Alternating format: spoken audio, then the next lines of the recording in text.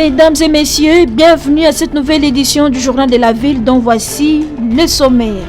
Le projet de développement des 145 territoires de la République démocratique du Congo, initiative du président de la République confiée à la République populaire de la Chine pour sa matérialisation, c'est ce qui ressort de la rencontre de ce vendredi 21 janvier entre le Premier ministre Jean-Michel Sama Lukonde et l'ambassadeur de la Chine, Zhu Jing.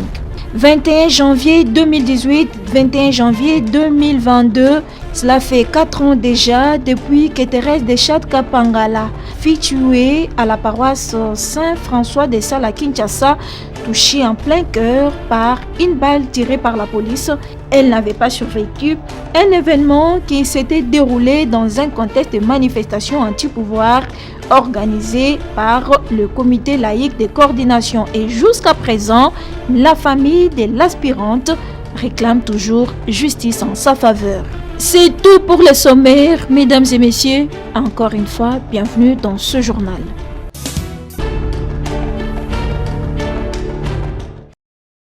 Comme cela a été annoncé lors de la 36e réunion du Conseil des ministres par le ministre de la Santé publique, Hygiène et Prévention, Dr Jean-Jacques Mbonga Nimbanda, le protocole d'accord mettant fin aux négociations entre le banc syndical et le gouvernement de la République représenté par le ministre de la Santé et celui du budget vient d'être signé ces jours. La cérémonie officielle de la signature de ces protocoles d'accord s'est déroulée ce jeudi 20 janvier 2022 au Salon Rouge de l'immeuble intelligent à Kinshasa. Représentés par les différentes sections, les représentants de chaque délégation et le ministre de la Santé publique, Hygiène et Prévention, accompagnés de la vice-ministre, ont tour à tour apposé leur signature sur les documents. Ainsi, la cérémonie du jour marque la suspension de la grève dans les hôpitaux et toutes les autres structures sanitaires de l'État sur toute l'étendue du territoire national. Dans sa déclaration, le porte-parole du banc syndical de professionnels de santé et personnel administratif, Joseph Kibangula, a indiqué que ce protocole d'accord relève d'une décision motivée depuis la base. Les syndicats des professionnels et administratifs de la santé ont l'insigne honneur de vous annoncer ce jour leur décision motivée de suspendre la grève sur toute l'étendue du pays dans le secteur de la santé publique, hygiène et prévention. En effet, à l'issue des négociations et à l'occasion de la signature du protocole d'accord qui intervient ce jour entre le gouvernement et le banc syndical, les syndicats des professionnels et administratifs de la santé réitèrent la volonté des assemblées provinciales et territoriales de reprendre le travail après que les deux parties aient signé le protocole d'accord. Ainsi, pour concrétiser cette volonté des personnels de santé à la base, le travail reprendra dès ce lundi 24 janvier 2022. Cependant, au nom de son Excellence Monsieur le Premier ministre qui s'est engagé personnellement et de son Excellence Monsieur le Président de la République, le ministre Jean-Jacques Mbongani a rassuré que les engagements du gouvernement seront bel et bien tenus.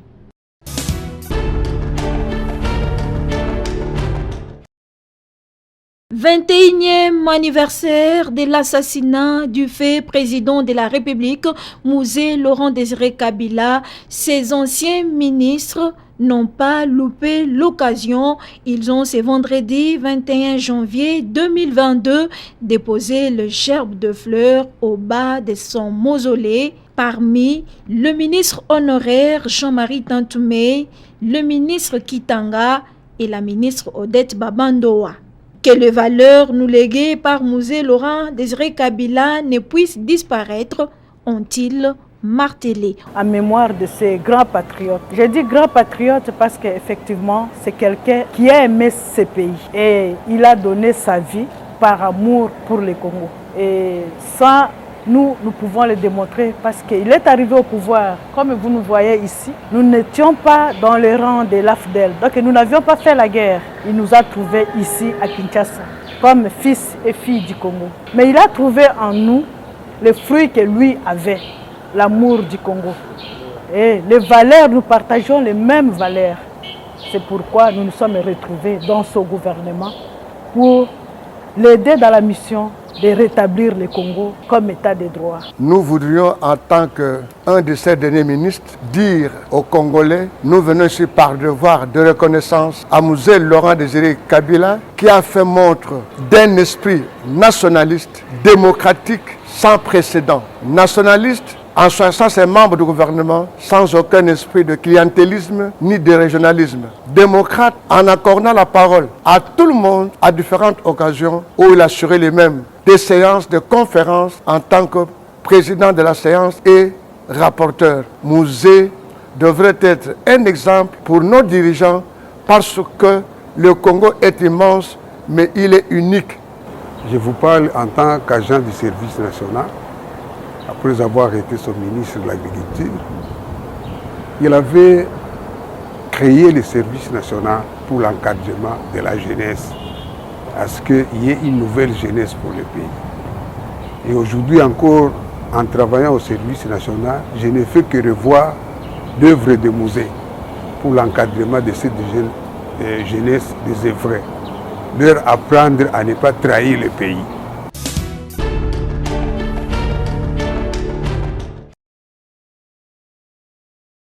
La SNEL SA se félicite de la réaction de ses abonnés depuis qu'elle a lancé l'utilisation des compteurs à prépaiement dans plusieurs quartiers de Kinshasa ainsi que dans quelques provinces. Ce mode de prépaiement par compteur fait en sorte que les clients de la SNEL gèrent eux-mêmes le courant électrique. Ensuite, ce mode permet à la SNEL de bien contrôler la consommation de l'électricité. Charlotte Kisseme, coordonnateur de la task force de la SNEL SA, insiste sur le bien fondé de ce service. Quand le lancement a été effectif dans certains quartiers, la population a applaudi. Pourquoi? Parce que l'avènement du compteur à prépaiement a fait que le client qui consommait sans mesure était obligé d'être regardant par rapport à sa consommation. C'est-à-dire, en ce moment-là, ce compteur fait que le client ne paye que ce qu'il a consommé. Ce que vous n'avez pas consommé, vous ne payez pas. Ça veut dire que vous rechargez d'abord votre compteur avant de commencer à consommer. Il faut d'abord avoir vos kilowattheures dans le compteur pour dire que je vais commencer à consommer. En ce moment-là, quand vous consommez beaucoup par rapport à ce que vous avez rechargé, c'est-à-dire vous allez vider vite vos kilowattheures. Après cette compréhension-là et cette maîtrise de la gestion, donc la rationalisation de l'usage, la population a senti qu'il y avait une nette amélioration de la qualité de service. Cet usage rationnel a fait que nos équipements ont commencé à souffler. On n'enregistrait plus beaucoup de pannes de câbles parce que c'est les câbles, les canissons qui subissent les effets de surcharge. Et en ce moment-là, vous entendez parler du délestage. Pourquoi? Parce que c'est trop de charges sur un équipement alors qu'il devait en avoir peut-être très peu. Quand ils ont compris, ils ont géré bien, les équipements ont commencé à respirer, le délestage a été sensiblement réduit dans les périmètres où nous avons déployé les compteurs. C'est pour nous, SNEL, un moyen de répondre à l'esprit de l'autorité du président de la République qui veut que la qualité de la desserte en électricité soit assurée. Par ailleurs, la SNEL dénonce la fraude qu'opèrent d'autres clients en volant l'électricité sans passer par les compteurs à prépaiement et sensibilise ses abonnés. Nous avons enregistré beaucoup de cas de fraude. La fraude, c'est quand on a placé un compteur chez un client, au lieu que toute sa consommation passe d'abord par le compteur, le client s'arrange pour se brancher là où le compteur ne voit pas. C'est ça le cas de fraude que nous enregistrons. Ces cas de fraude, jusque-là, nous avons des plaintes, mais les plaignants ne nous ramènent pas, ne nous apportent pas des preuves qui nous permettent de poursuivre les fraudeurs. Et en ce moment-là, la qualité qui s'est améliorée par l'utilisation rationnelle a commencé à se dégrader. Se dégrader pourquoi? Parce que ceux-là qui savent qu'ils payaient réellement leur consommation, ils se sont dit que ça m'exige beaucoup d'attention, où j'ai une activité pour laquelle je ne veux pas que le compteur voie la consommation, il se donne cette facilité de frauder. Avec quelle complicité? Parce que nous n'avons pas encore tous les éléments de preuve, nous ne savons pas citer ici des personnes, mais au moins nous avons des cas concrets, des cas de certaines personnes qui sont, pour lesquelles nous avons ouvert des mesures, nous avons ouvert des dossiers disciplinaires ou des traductions en justice pour ceux qui ne sont pas de la SNEL.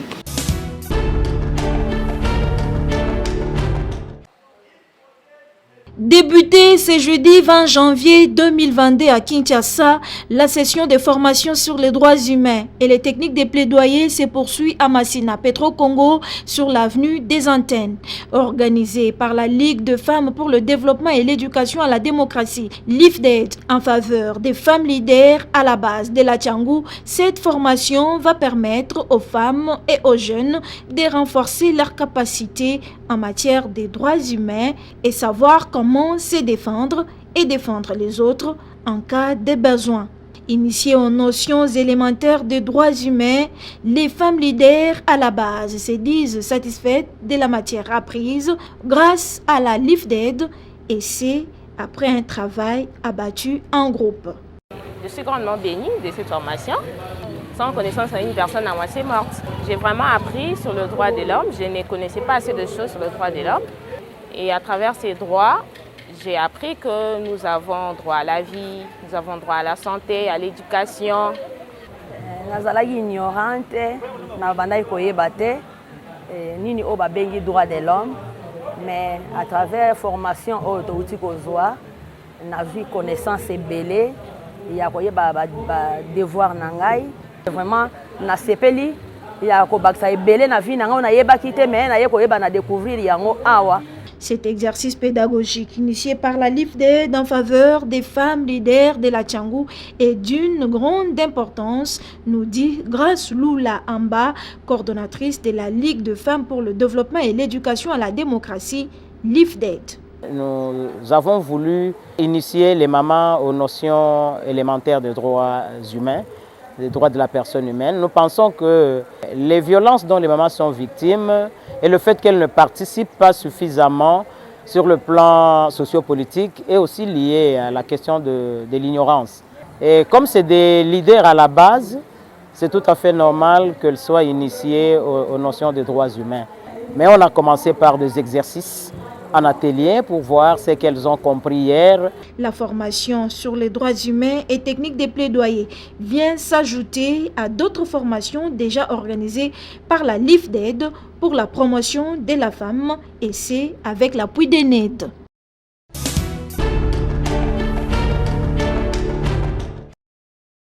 Affaire désarmement de la garde républicaine par la garde rapprochée du premier vice-président de l'Assemblée nationale, Jean-Marc Kabouns, continue à faire couler encre et salive dans les microcosmes politiques congolais. Pour Ogin Zembela, coordonnateur de la dynamique Jeunes en Action, cette scène suit un très mauvais message sur le plan politique. L'honorable Jean-Marc Kabouns, sa suite lui représente, non? Sa sécurité présente Jean-Marc Kabouns.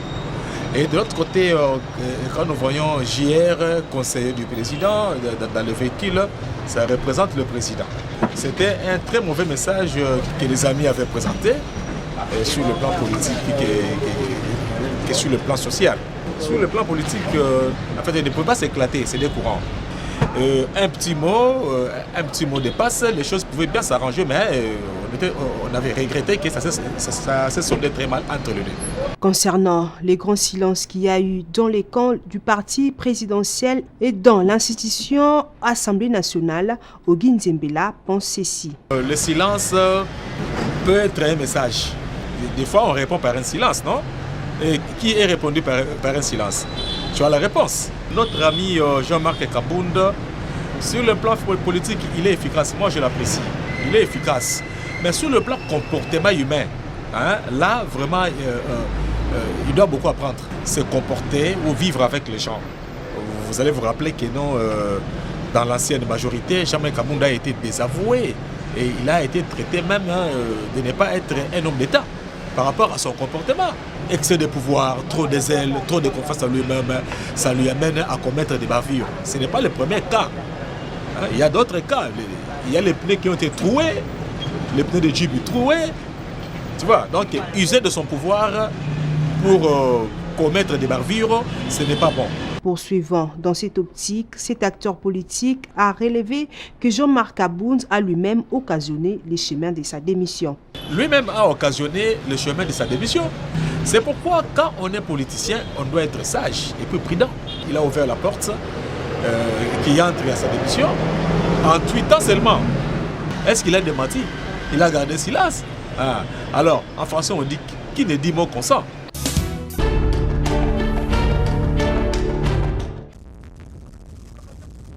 Cela n'est pas un mythe, mais l'histoire s'est vraisemblablement déroulée un croco à Luozi, tel que narré par l'écrivain congolais Zamenga Batukezanga, est bel et bien une réalité qu'a vécu les visiteurs et habitants de cette partie de la République.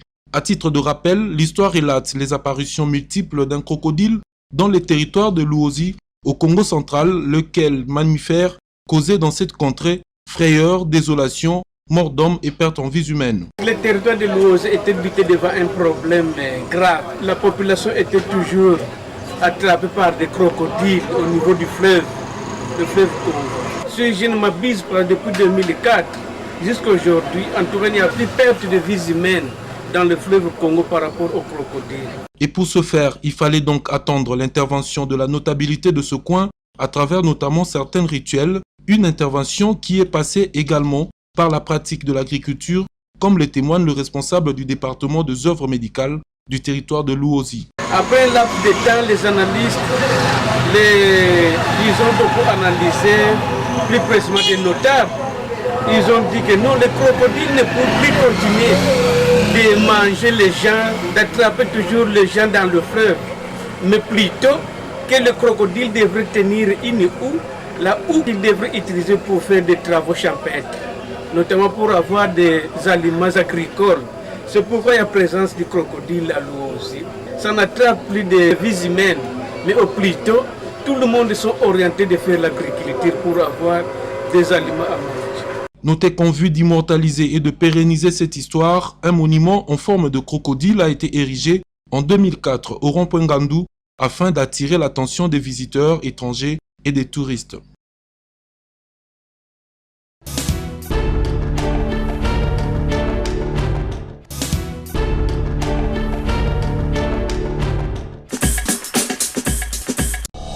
Nous sommes arrivés à la fin de ce journal de la ville, mesdames et messieurs. Merci de l'avoir suivi. Le prochain rendez-vous est fixé pour ce samedi.